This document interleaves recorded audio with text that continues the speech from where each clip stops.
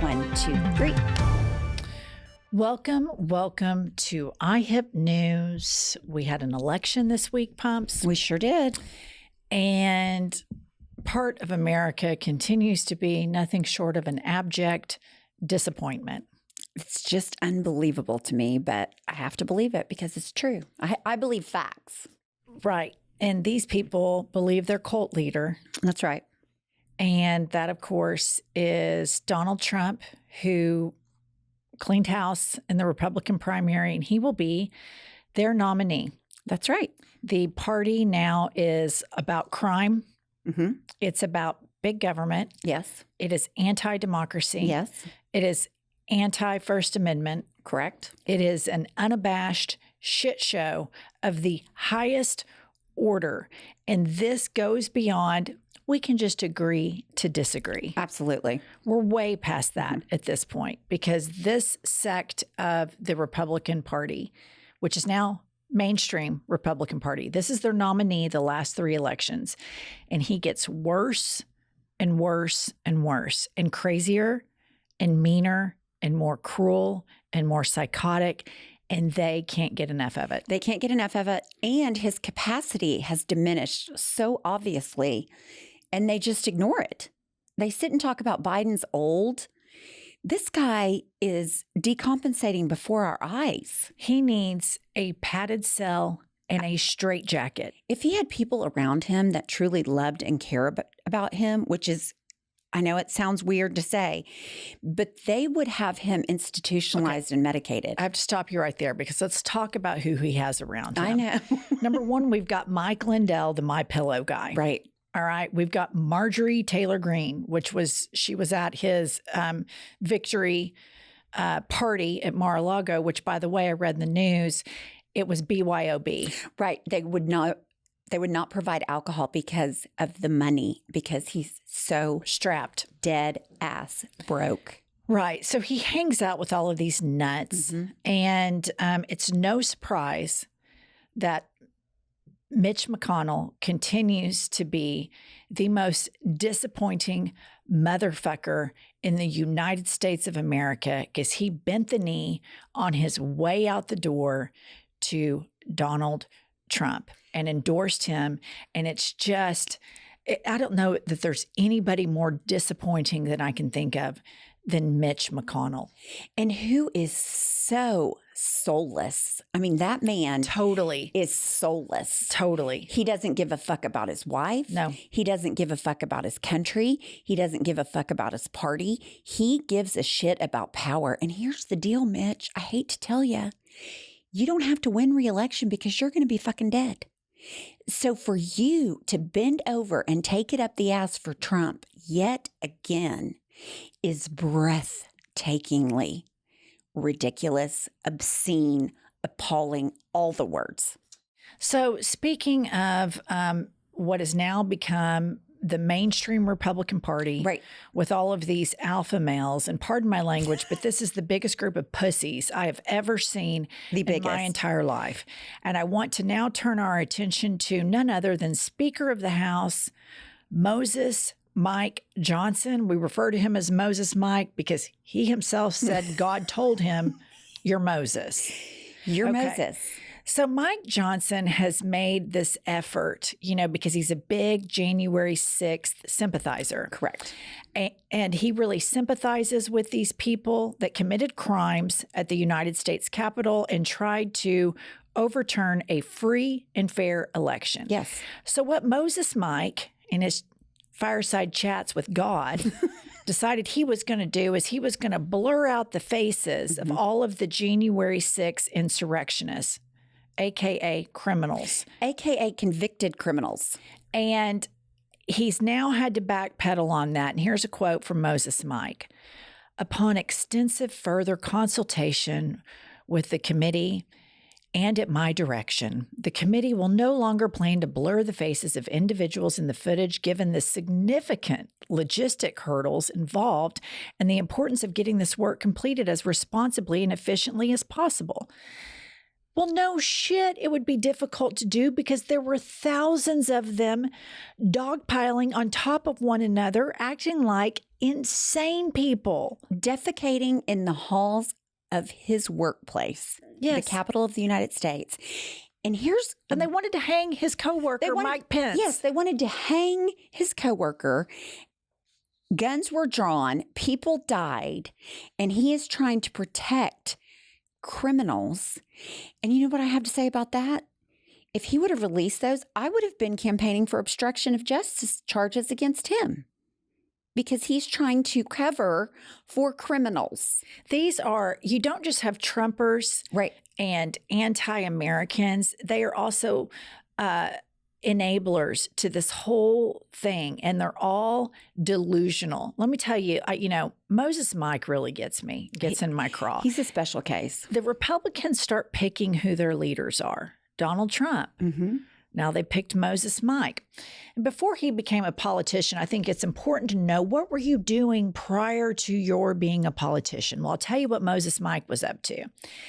He partnered with an anti-gay conversion therapy group called Exodus International.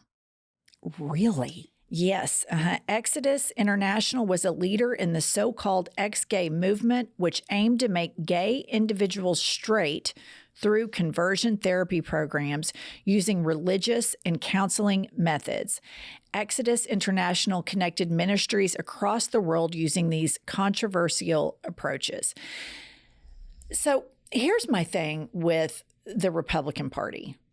It's now Trumpism is mainstream. Right. And if Donald Trump doesn't give a fuck, I'm sure he probably says he thinks Mike Johnson's a nut behind his back. Of course he does. Trump just wants everybody to talk about how great he is.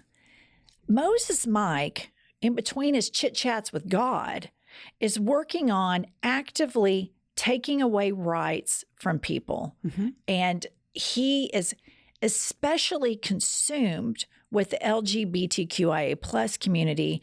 And he's one of these big anti-abortion guys. Absolutely.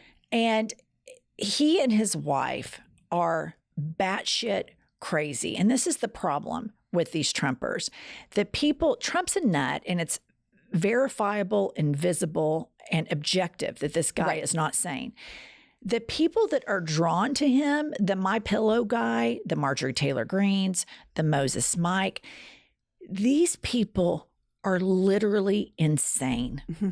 They are crazy, religious nutballs. There's no other way to put it. These are not rational people. No. These are not kind people. No. These are people that weaponize their religion and also in turn try to use their religion to shield them from any form of criticism. They're hell-bent on clinging on to white, heterosexual, male power. Absolutely. And demonizing anybody who doesn't fit into that category. And it is a defining line.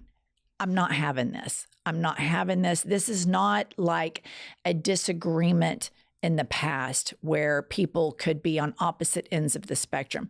This is beyond the pale because what they want to do is change who people are. Right. To suit their own insecurities and prejudices. Speaking of gay and homosexuality, I think it's interesting to point out that humpback whales were photographed having sex, and it was gay sex for the first time ever. Excellent. I bring this up because long before there were any of the Abrahamic religions, long after the Abrahamic religions, gay people, trans people, people that don't fit in a black and white box have existed, exist now, and are going to exist. Right. To all of you out there that are like, I want to own the libs and screw the libtards, and they're pushing the rainbow mafia. To all of you, that's your agenda. I have horrible news for you. Mm-hmm. This is not an American agenda to dick you over. This is happening in every country around the world. Scientists believe about 10% of the population. And guess what? the animals are doing gay stuff too. Right. There's nothing you can do. You can have all your fireside chats with God, Moses Mike. You can have Exodus International. Gay people are still going to be gay. So let's flip it back to you. What are you going to be? Are you going to be a sadistic dick? Is that what you're going to be? Because all you're going to do is cause pain for people. And if you're in government, a government that was founded on freedom of expression, freedom of speech, some people might express their gender in a way that you might not like. But here's my thing. I could give two fucks what pronoun somebody wants to use. And I want to try my best to use their pronoun. Absolutely. Harry Styles, major pop star. Sometimes he wears a skirt. Right. I think it's kind of cool. I think he's cool. I really don't care. Right. It doesn't mean anything. What I care about are all of these guns getting into the hands of people that shouldn't have them, blowing up students at school, blowing up movie theaters, blowing up shopping malls. That's what I care about. Like that is a really impactful thing. I care about Moses Mike trying to shame people for being who they were born to be. Right. And they don't care about any of that stuff. All of this shit is just a smokescreen on their part. And they say, well, you know, sometimes God just uses imperfect vessels with Trump. No, he's not imperfect. He's fucking perfect for you guys. Right. He is exactly who every single one of you motherfuckers are deep down. Quit trying to act like God is using him, this imperfect vessel and this hoodwink job with all the Christians. He's exactly like all of your mega church pastors. He's a grifter. The mega churches are grifters. He's delusional. All of these church pastors are delusional. It is all a jet stream of bullshit for dollars and control. And I fucking had it. I could not agree more. All right. Next up in the news today, U.S. House of Representative Eric Swalwell expertly roast Donald Trump in an inquiry exchange with Hunter Biden. And if you'll indulge me, I'd like to do a dramatic reading. I would love to because I love your dramatic readings and I have read this transcript and it makes me tingle all over. Okay. Representative Swalwell says to Hunter Biden, anytime your father was in government prior to the presidency or before, did he ever operate a hotel? Hunter Biden says, no, he has never operated a hotel. The congressman said, so he's never operated a hotel where foreign nationals spent millions at that hotel while he was in office? Hunter Biden says, no, he has not. The congressman says, did your father ever employ in the Oval Office any direct family member to also work in the Oval Office? Hunter Biden says, my father has never employed any direct family members to my knowledge. Swalwell says, while your father was president, did anyone in the family receive 41 trademarks from China? Hunter Biden says no. The congressman says, as president and the leader of the party, has your father ever tried to install as the chairperson of the party a daughter-in-law or anyone else in the family? Hunter Biden says, no, and I don't think that anyone in my family would be crazy enough to want to be the chairperson of the DNC. I love that so much. The congressman says, has your father ever in his time as an adult been fined $355 million by any state that he worked in? Hunter Biden says, no, he has not, thank God. The congressman says, has anyone in your family ever striked a multi-billion-dollar deal with the Saudi government while your father was in office? Hunter Biden says no. And to that, the congressman says, that's all I've got. I mean, so well done. I got to get this guy on our podcast. I He mean, would that be is wonderful. a master class. I think that is just great, great, great. But here's the thing. You know that all those Republicans listening to that, nobody ever thought, you know, those are great questions. Like maybe we should dig to the bottom of that. They're all like, fake news. That's fake news. It is a cult. It's unbelievable. It's a sadistic cult. These people are cruel, and now they're exposed.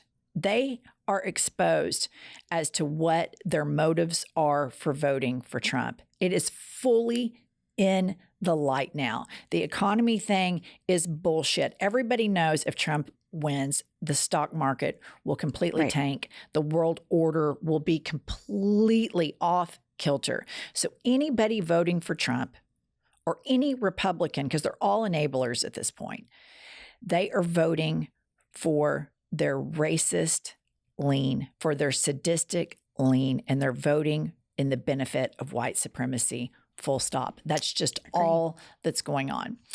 Meanwhile, in countries that are not the United States, we have the country of France, and they all voted overwhelmingly to enshrine abortion as a constitutional right. Good for them. Yeah. They actually respect women in France. Last time I checked, I didn't see anything in the news about anybody that works in the French government having conversations with God where God says, no, you're actually Moses. All right? Right. And then I just want to leave everyone with the Trump supporters really, really, really want to get the black vote. So Donald Trump, as we've reported on before, he made the gold high top sneakers, and he spoke to a group of black conservatives and said, I'm getting indicted for you. Right. And also, since I am a criminal, I know that black people like me more now. Right. I mean, he's such a flagrant racist. So now his supporters have been creating AI-generated fake images of black voters to encourage African Americans to vote Republican. Here they are right here. This is AI, right? Yep. So this is what the Trump supporters are doing. And so the BBC tracked down the person behind the account. His name is, he's called Shaggy. And they asked him, he's a Trump supporter and he lives in Michigan. And they asked him about this. And he says, my posts have attracted thousands of wonderful, kind-hearted Christian followers. Horseshit. And then the BBC journalist asked him about these images, and Shaggy immediately blocked the journalist. So here, well, what's great about these images is they're so poorly done and nobody proofreads them. They'll have like 3 arms, 2 fingers. Like you see the hand on this guy. I mean, it's obviously AI. But you know what these do for them? They feel a little bit of exposure when they're called racist. Yes. And they know it's true. But if they see this or they watch Candace Owens, then they feel like, oh, you see, some black people like us. Right. And this is the most disrespect, like pandering thing that you could possibly do. And this is white supremacy run amok. And it is our next election, the die is cast. It's going to be Biden and Trump.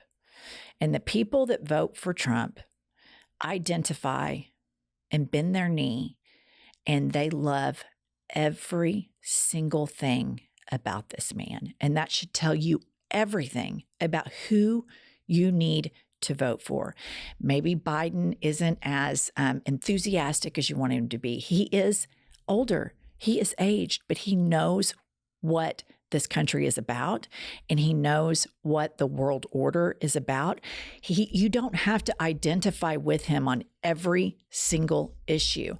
I don't think I've ever identified with a politician on every single issue. No. Ever. I don't think it's possible. I don't think it's possible. But if you're a Trumper, it is, because whatever comes out of his mouth is what you believe in that moment. You're 100% for it. And it is a mass addiction / cult / mental illness. And it is dangerous and cruel and sadistic, and the Moses mics. And, you know, I cannot end this broadcast without mentioning what a pussy Ron DeSantis is after his embarrassing faceplant. Kitten Heels comes out and endorses Trump. And I don't think there is a bigger move in the world today, globally, that identifies yourself as being the biggest pussy on the planet than bending your knee to that buffoon, Donald Trump. I completely agree. And I think it's important for people, like when we talk about politics, if you vote for Biden, you are voting to sustain democracy. If you vote for Trump, you are voting for a theocratic authoritarian. It is about him becoming a dictator.